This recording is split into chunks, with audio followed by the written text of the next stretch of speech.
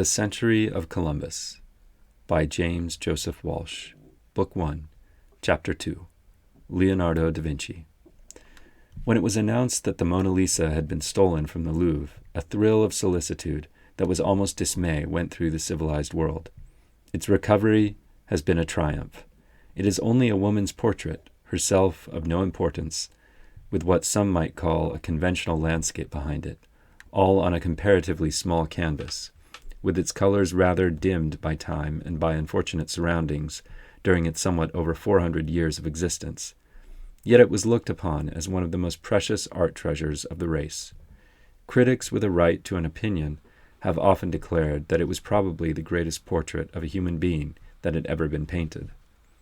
When we recall how magnificently Rembrandt portrayed the Dutch burghers of his time, with what marvelous expression Raphael painted some of the personages he knew, and how wondrously Velázquez painted some of his contemporaries, the placing of Leonardo's Mona Lisa above them by good critics shows what a supreme place must be accorded to it in the history of art. Art critics have expressed themselves in almost unmeasured terms as to the significance of the expression on the face of the Mona Lisa. They do not hesitate to proclaim that Leonardo painted the very soul, and not merely the bodily features of a woman. Walter Pater, in his The Renaissance, has written an almost dithyrambic description of it that is well known, and yet deserves to be quoted again, if only to show how a really great critic can be carried away by a favorite work of art. Quote, La Gioconda is, in the truest sense, Leonardo's masterpiece, the revealing instance of his mode of thought and work. In suggestiveness, only the Melancholia of Dürer is comparable to it, and no crude symbolism disturbs the effect of its subdued and graceful mystery. We all know the face and hands of the figure, set in its marble chair, in that cirque of fantastic rocks and in some faint light under the sea. Perhaps of all ancient pictures time has chilled it least. The presence that thus rose so strangely beside the waters is expressive of what in the ways of 1,000 years man had come to desire. Here is the head upon which all the ends of the world are come, and the eyelids are a little weary. It is a beauty wrought out from within upon the flesh, the deposit, little cell by cell, of strange thoughts and fantastic reveries and exquisite passions. Set it before a moment beside one of those white Greek goddesses or beautiful women of antiquity, and how would they be troubled by this beauty, into which the soul with all its maladies has passed?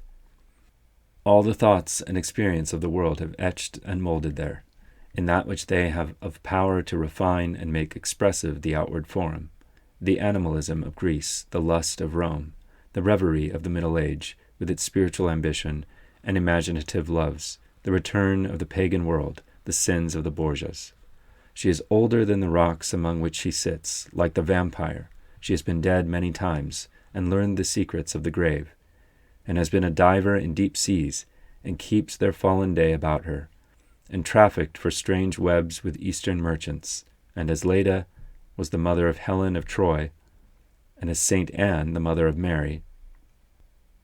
And all this has been to her but as the sound of lyres and flutes, and lives only in the delicacy with which it has molded the changing lineaments and tinged the eyelids and the hands. End quote.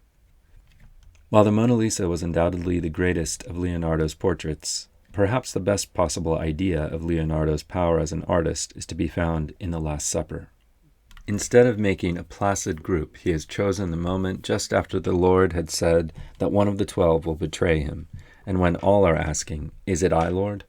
He represents not only the individual shock, but also the natural grouping that occurred as a consequence of the announcement. There are 4 groups of 3 each, separate and with very distinct interest, and yet they are so arranged as not to break the unity of the picture. On the left side, the outer 3 are all intently gazing on the Lord, while the external group on the other side are gazing away from him, but their hands all point towards him. The inner 3 on the right are talking directly to him, while the corresponding 3 on the left are occupied among themselves and yet evidently intent on him. There was probably never put together a more expressive set of faces. Each one is eminently individual, and each one shows marvelously the character of the apostle represented. It has been said that it is as if the painter had made a condensed biography of each one of them with his brush.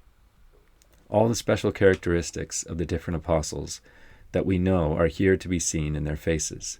He has painted the souls and characters of the men in the imaginary portraits that he makes. There is an old tradition mentioned by Vasari, that charming gatherer of legends with regard to the old painters, that Leonardo, unable to satisfy himself with the head and face of Jesus, left it unfinished. This would indeed have been a sad loss to art. Leonardo hesitated for long, wondering, above all, whether he should follow a model, but finally made his peace with tradition, accepted the type of head for the Lord that had been created by Giotto, and refining it still more, succeeded in giving a look of mystic superhumanity that would evoke the idea of divinity. It is easy to see how much he borrowed, but it is harder to realize how much he added. Yet artists who have studied it have felt that here indeed was a triumph, and that, as far as possible, Leonardo had represented the human face divine. He followed his model strictly in the case of the apostles' heads, and none knew better than he how to select models. But in the head of Christ, he turns from the model and works out his design from ideals of the human face, of which so many existed in his well-stored fancy. The face of Christ was left somewhat vague, trembling, undissolved like faces seen in cloud or in the fire. Leonardo himself once counseled his students to look for suggestions in curious cloud and fire shapes, and even to study the vague forms that occur in imitation of human faces on cracked and stained surfaces of ruined walls. And some of his own devotion to this seems to have been of help to him in this marvelous face. Much has been said about the head of Judas in this picture. According to Vasari, Leonardo fairly outdid himself on this face and head, and he talks about, quote, the force and truth with which the master has exhibited the imperious determination, hatred, and treachery of Judas, end quote.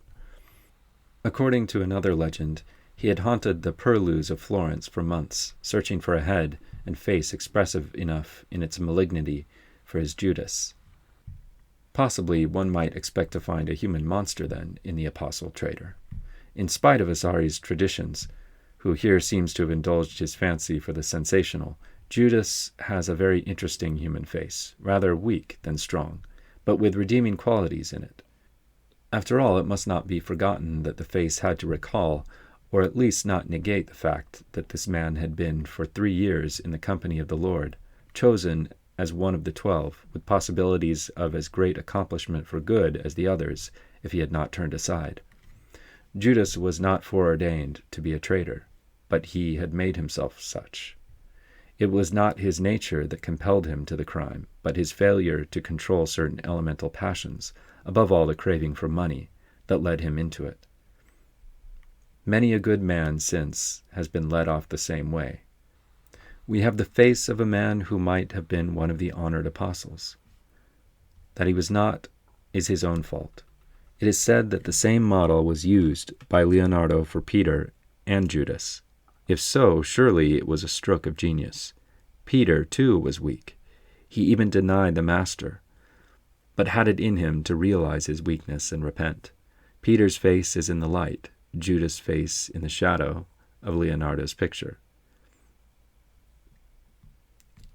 If Leonardo had not given Judas the bag to carry, thrown his face out of the line of the apostles near him, who are in the light, and made him ominously upset the salt while reaching for a better quality of bread than that near to him, it would have been rather difficult to pick him out from among the others. One thing is absolutely true in this great work of art. All the faces of the apostles, with the possible exception of John's, are rudely strong. The men who were to carry on the work of the Master and convert the world to Christianity were not effeminate in any sense, and above all, they had been the rough fishermen of Galilee. Their costumes are modernized, their beards are probably less unkempt than if they were really Judeans, but here is a group of men whose very strength of feature makes them striking.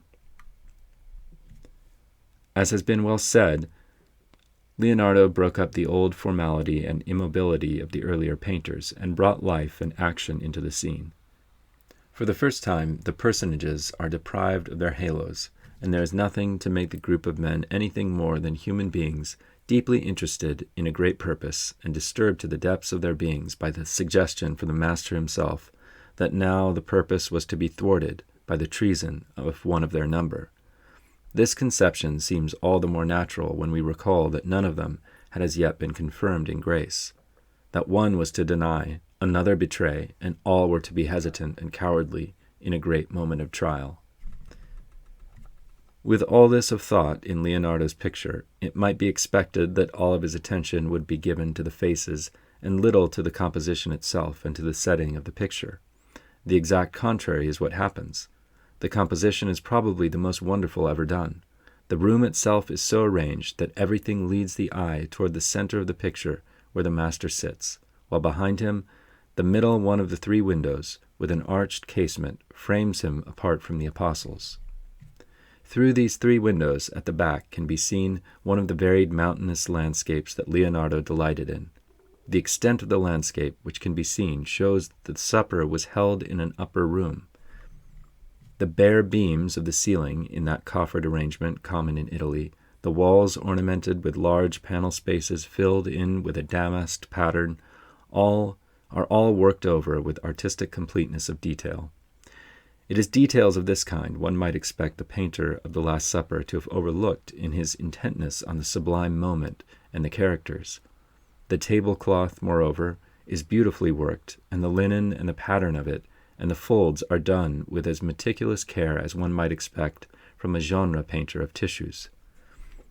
The glasses and table service are very carefully drawn, and every detail was executed with an artistic conscience and eye to perfection, even of trifles, that reveals the thoroughness and all-embracing skill of the artist. The more one knows of Leonardo's power to paint detail and of his devoted study of nature, the less surprise is there at the traditions with regard to his head of Medusa. It was much for an artist to attempt to make a picture of this hideous head, on which were the writhing serpents, the sight of which, according to tradition, turned beholders to stone. But he has succeeded in accomplishing a presentation of the horrible as far as it is possible. The writhing serpents are done with a devotion to detail and a lifelike naturalness that only a great observer of nature could have achieved. Besides the serpents in all their varieties, there are bats, lizards, and vermin of many kinds in the picture, while the cloudy mephitic breath which can be seen issuing from the mouth completes the picture. The intense realism of these details of a low animal life is a surprise at that period, but above all, a surprise that it should have been done by a man who had such wonderful power of idealization when he wished to use it. It is this combination of qualities so opposite in themselves and often thought mutually exclusive that makes the never-ending surprise of Leonardo's genius. That the painter of the Last Supper and the charming Madonna of the Rocks should also have made this head of Medusa is indeed difficult to understand, and yet not more than might be expected from one of the greatest of the artists of the Renaissance, who is at the same time almost the world's most manifold genius. With all this of magnificent accomplishment in painting, which sets him on a pinnacle by himself in this great department of art, it might be thought that Leonardo's main claim to recognition was because of his painting. He himself, however, would have been the first to object to estimation of him on any such grounds. He probably scarcely considered himself to be a painter at all, or at least occupied himself with painting only in his leisure moments. He beat Michelangelo once in a competition in sculpture, but doubtless thought less of himself as a sculptor than as a painter. He made what his generation declared to be the greatest equestrian statue ever modeled, and his generation knew what they meant by that. For they had before them two such triumphs of equestrian statuary as Donatello's Gattamelata and Verrocchio's Colleoni. Just as in painting, When he wanted to do sculpture, he could do it with a supreme perfection that is unrivaled. Strange as it may seem, Leonardo thought of himself as an engineer. He actually took on himself the contract for extending the canal system around Milan, and accomplished it so well that his work still remains in use. During the course of this, he invented the wheelbarrow, the movable derrick, the self-dumping derrick, various modes of moving rock, locks for canals, and a system for maintaining a navigable level of water in rivers, which were usually nearly dry in the summertime. Leonardo had the thorough appreciation of himself that genius is so likely to have, and that in smaller men seems conceit. He knew that there was practically nothing to which he cared to turn his hand in which he could not work out original ideas. He was only in his middle 20s when he wrote the letter to Ludovico Sforza, in which he tells his future patron very calmly all the things he might be expected to do if the Duke should have need of them. Quote, "Most illustrious Lord, having studied and estimated the works of the present inventors of warlike engines, I have found that in them there is nothing novel to distinguish them. I therefore force myself to address your Excellency, that I may disclose to you the secrets of my art. Number 1. I have a method of bridges very light and very strong, easy of transport, and incombustible. Number 2. New means of destroying any fortress or castle, which hath not foundations hewn of solid rock, without the employment of bombards. Number 3. Of making mines and passages immediately and noiselessly, under ditches and streams. Number 4. I have designed irresistible protected chariots for the carrying of artillery against the enemy. Number 5. I can construct bombards, cannon, mortars, passavolante, all new and very beautiful. Number 6. Likewise battering rams, machines for the casting of projectiles, and other astounding engines. Number 7. For sea combats I have contrivances both offensive and defensive, ships whose sides would repel stone and iron balls, and explosives unknown to any soul. Number 8. In days of peace, I should hope to satisfy your Excellency in architecture, in the erection of public and private buildings, in the construction of canals and aqueducts. I am acquainted with the arts of sculpture and painting, and can execute orders in marble, metal, clay, or in painting with oil as well as any artist. And I can undertake that equestrian statue cast in bronze, which shall eternally glorify the blessed memory of your lordship's father and of the illustrious house of Sforza. And if any of the above seems extravagant or beyond the reach of possibility, I offer myself prepared to make experiment in your park, or in whatsoever place it may please your Excellency to appoint, to whose gracious attention I most humbly recommend myself." End quote. Was there ever a more confident genius? There was never a man who fulfilled all his promises better. What Leonardo was able to accomplish as an engineer can be seen in the canal some 200 miles in length still in existence by which he conducted the waters of the Adda over the arduous passes of the Valtellina to the gates of Milan. In its own way, and considering the conditions under which he had to work and the obstacles that he had to overcome, this was as great an engineering feat as the digging of the Panama Canal, certainly a much greater engineering project than the completion of the Suez Canal, though until Panama came to shroud the glory of that, our generation was inclined to be rather proud of that achievement. So far from being merely an artistic mind, Leonardo da Vinci had typically the scientific and inquiring mind. Whenever a scientific problem came up to him, no matter how others had solved it before him, and above all, no matter how his contemporaries were solving it, he solved it for himself, and almost inevitably in the true light of science. For instance, while he was an engineer in charge, to use our modern term, of the canals of central Italy, the cuttings necessary for them brought to light a series of fossils. These were mainly shells resembling the seashells of his time, though not exactly like them. Before this, a number of such finds had been made, and man had found it very hard to explain them. They were usually uncovered beneath a rather thick layer of earth. They looked like shells that belonged to creatures that had lived on a seashore. How could their presence be explained far from the sea and completely covered up? Occasionally, when found near the surface on the tops of rather high mountains, a distance from the sea, the explanation had been offered and generally accepted that they had been deposited there by the deluge. The buried shells, and especially those deeply buried, could not be thus explained. Scientists, and let us not forget that it was scientists in the true sense of the term who were especially concerned with such objects, men who knew their mathematics and principles of science very well, and who had made valuable observations in other departments of science, evolved a learned theory of their presence. These were incomplete beings occurring in the earth because of a surplusage of creative power that had not quite finished its work. Their development had been arrested, as it were, before they actually became living creatures. When Leonardo da Vinci ran across the shells in the cuttings for his canals, he suggested another and a simpler explanation, as it seemed to him. These were actually marine shellfish, which had been deposited where they now were at a time when this portion of land was submerged by the sea. They had become covered during the process of sedimentation and transformation of the land, which had gradually pushed the sea far away. It always requires a genius to offer so simple an explanation as that, and as a rule it seems quite out of the question to most of his contemporaries because of its very simplicity.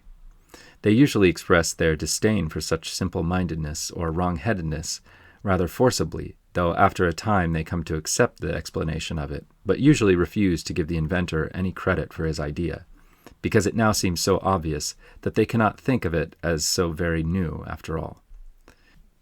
We know that Leonardo had made a series of studies of the shells of the seashore, though ordinarily it was presumed that his studies had been directed rather to their artistic beauty than to scientific knowledge with regard to them. Apparently his very familiarity with them, however, led him to lay the foundation stone of the science of paleontology. There are sketches of a number of the spiral shells to be found in his notebooks. These are all charming in their pretty curves, and they caught his artistic eye. Nature never makes anything merely useful. This strong, outwardly rude cover of a shell for the amorphous, ugly shellfish, that is, ugly according to most human standards, is very pretty in its forms and its color. The fine use that Leonardo made of his study in seashells was pointed out by someone who studied some of the spiral staircases for the corners of palaces in northern Italy, which Leonardo is said to have planned. These were only private stairways leading usually from the ladies' apartments to the gardens of the castles, and were probably designed to be useful as fire escapes. They projected sometimes from the angles of the building. We know what hideous things fire escapes can be. These were very pretty and effectively decorative. They were planned in imitation of the spirals of some of the whorl seashells that Leonardo had been studying.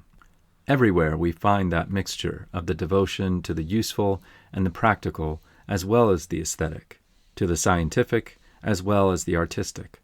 He made a series of dissections.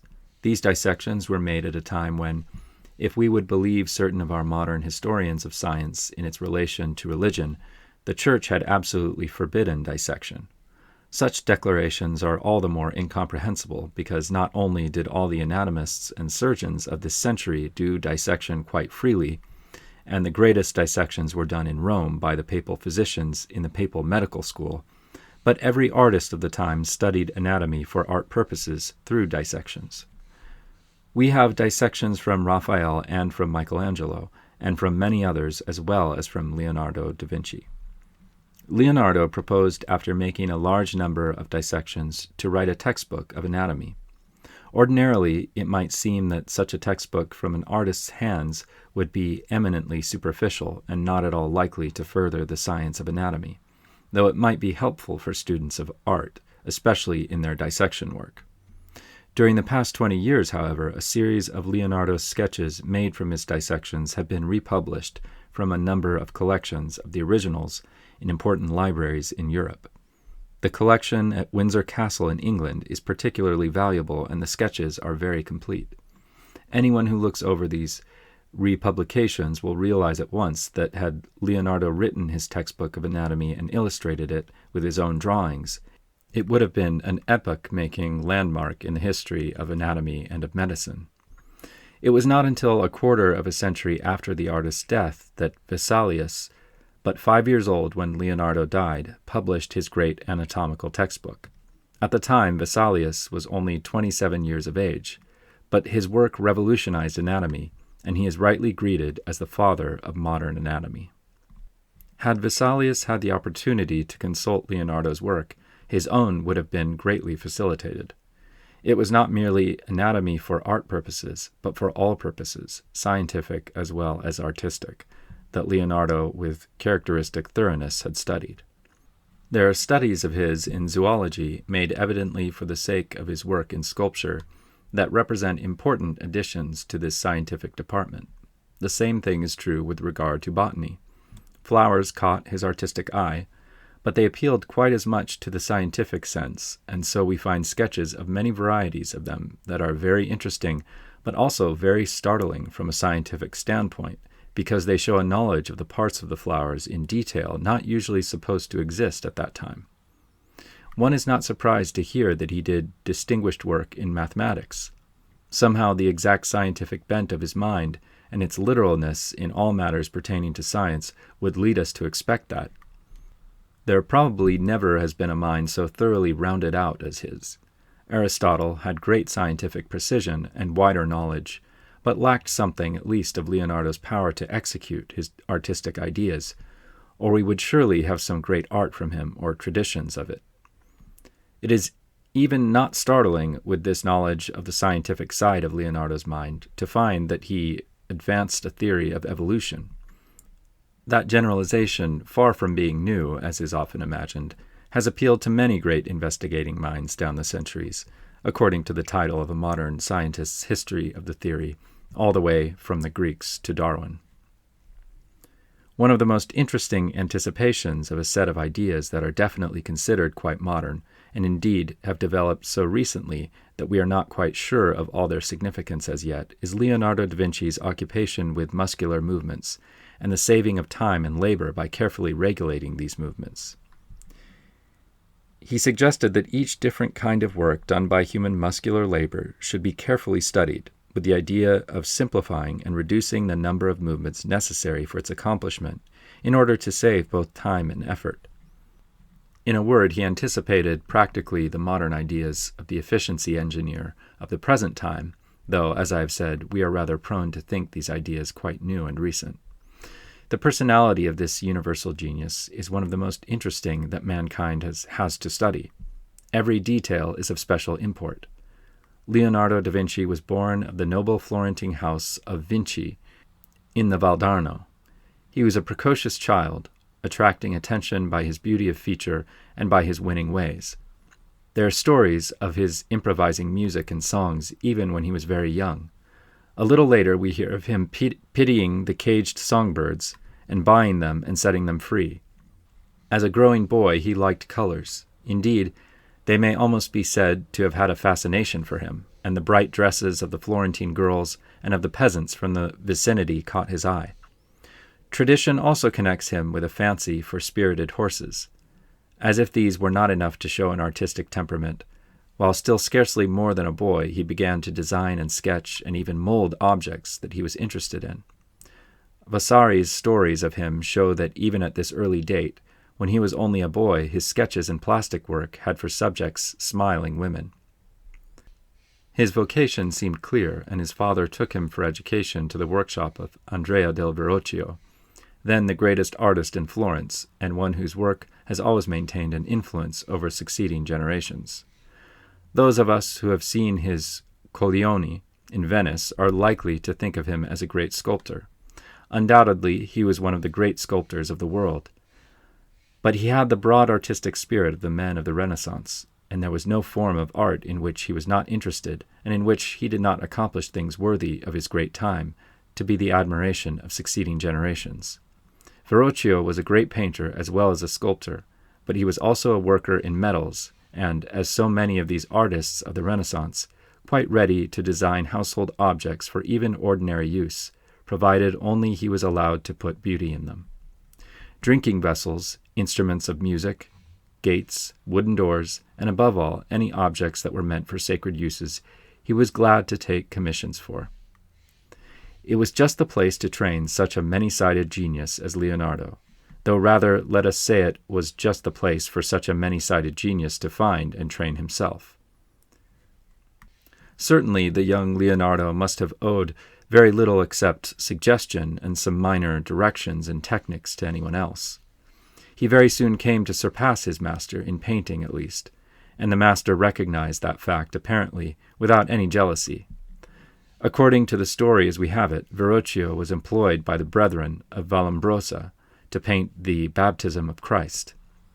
Leonardo was given by the master permission to paint an angel in the left-hand corner.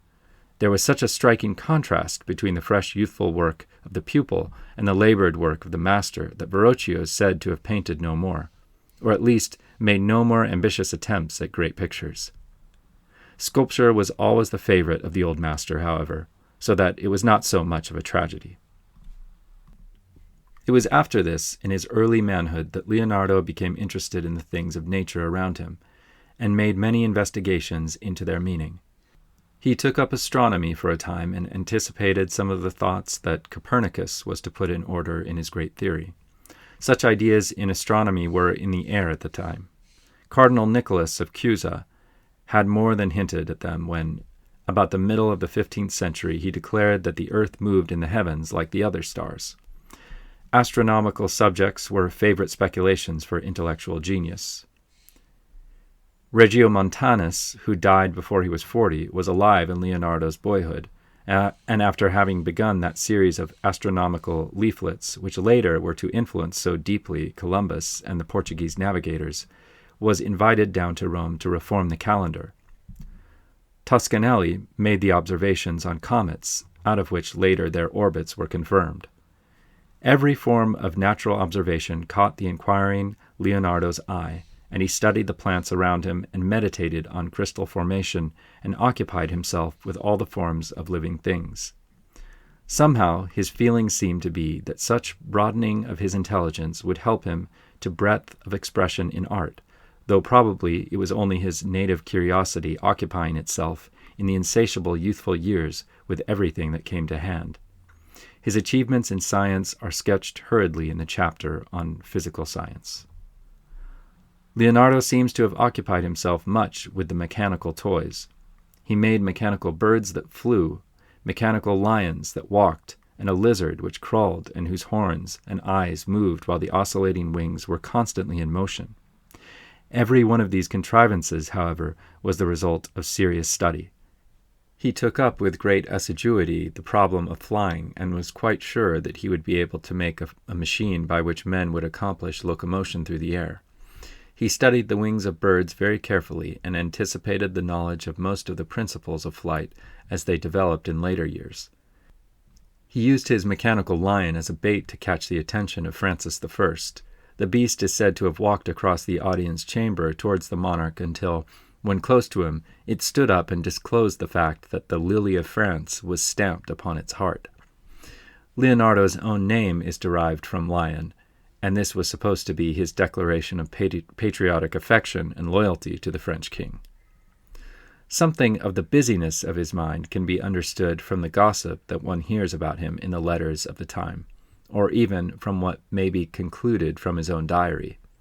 It is said, for instance, that in the midst of the painting of the Last Supper, there was quite an interruption in the work because Leonardo became very much interested in the invention of a new machine for mincing meat and making sausages. The head of one of the apostles was left unfinished for a time because Leonardo could not get the blades of the new machine fixed so as to make them more to his satisfaction. Unfriendly critics said that he would do anything so as to get away from his painting. Those who least understood declared that this was because he was trivial of mind and incapable of concentrating his attention. Anyone who has done artistic work of any kind, or indeed has devoted himself to literary work of any description, is likely to understand Leonardo's ways in such matters. The time comes when the particular vein of thought is exhausted for the moment, and new ideas come slowly and with difficulty. The serious, self-critical writer or artist recognizes that what he does at such times has not the significance he would like it to have, and that he is likely to have to erase or greatly modify most of it afterwards, or to regret it if he does not. If he is wise, then, he turns aside and gives his mind a complete rest by devoting it to something quite different from that in which he has been engaged before. If he insists on continuing his work after inspiration ceases or his particular vein of thought runs out, it becomes more and more difficult and more of a drudgery. Finally, unless he is almost entirely without proper self-appreciation, he literally has to give up the work that has become so difficult.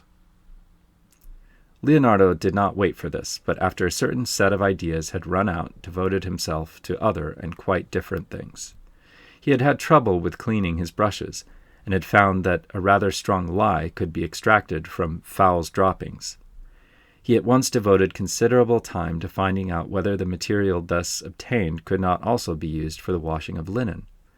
Indeed, his attention to inventions for the relief of domestic difficulties stamps him as quite modern in his notions. Besides his sausage-making machine, he invented a spit for the roasting of pigs, and designed various forms of utensils that would be handier than those commonly in use at that time. Some of Leonardo's expressions are well worth chronicling, because they show us so well the character of the man. He did not write any moral essays, but a number of expressions of his that have been preserved show that he had decided and very definite opinions with regard to many important human interests. His greatest picture was probably the Battle of the Standards, in which, according to the descriptions preserved for us, he pictured all the horrors of war. He depicted the frenzy of contest at its fiercest. In one of his famous expressions, he disposes of war in 2 words, as patia bestialissima. I find it a little hard to translate that in the force of the original, but I suppose it would be something like the climax of animal frenzy. Even that is not as strong as that superlative bestialissima in Italian.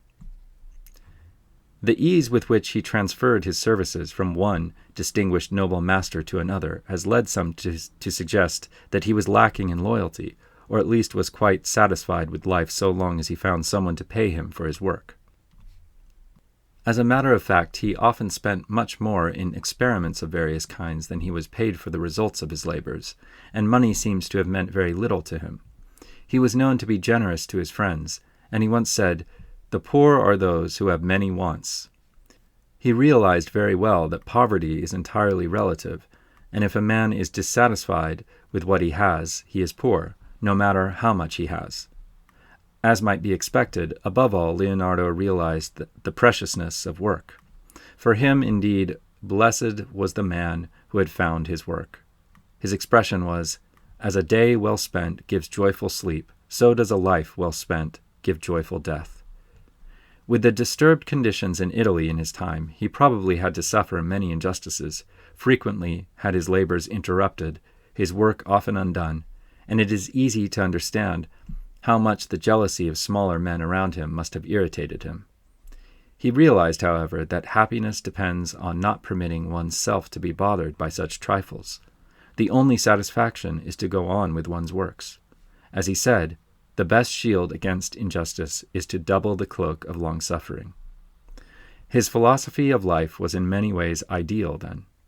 Something of a stoic one needs must be to follow it, but why should the petty trivialities of foolish human squabbling disturb a man who has all of art and science spread out before him, and who knows so much more than others of his generation, but whose knowledge surely must have made it very clear to him how little, after all, he knew of all that there was to be known? Like his Italian contemporaries, generally Leonardo remained faithful in his adhesion to the old church. His charming Madonna and his Last Supper could scarcely have come from one who was not a believer. If these things were mere matters of imagination for the artists of the Renaissance, they would not have been expressed with such marvelous reality. We do not know much about his life, though we know so much about his work and thought. When he came to die, however, he left a legacy for masses for his soul. This was the custom of the time, and might very well be considered only a conventional acknowledgment of his adhesion to the customs of his contemporaries. Besides, however, he left a sum of money for candles to be burnt at the shrine of the Blessed Virgin in the little village where he had been raised as a boy, and where he had often prayed. This would seem to indicate that the faith of his childhood was still precious to him, or had come back in its boyish tenderness at the end of his life. His whole career is that of a wonderfully rounded man who could scarcely fail to recognize the place of the spiritual in life and its significance for man's understanding of the universe. Burckhardt concludes one of the chapters of his work on the Renaissance in Italy with words that probably sum up better than any others Leonardo's character. No one was better fitted to know whereof he spoke than the great German historian of the Renaissance. Quote, "The colossal outlines of Leonardo's nature can never be more than dimly and distantly conceived." End quote. End of Book 1, Chapter 2 of The Century of Columbus by James Joseph Walsh.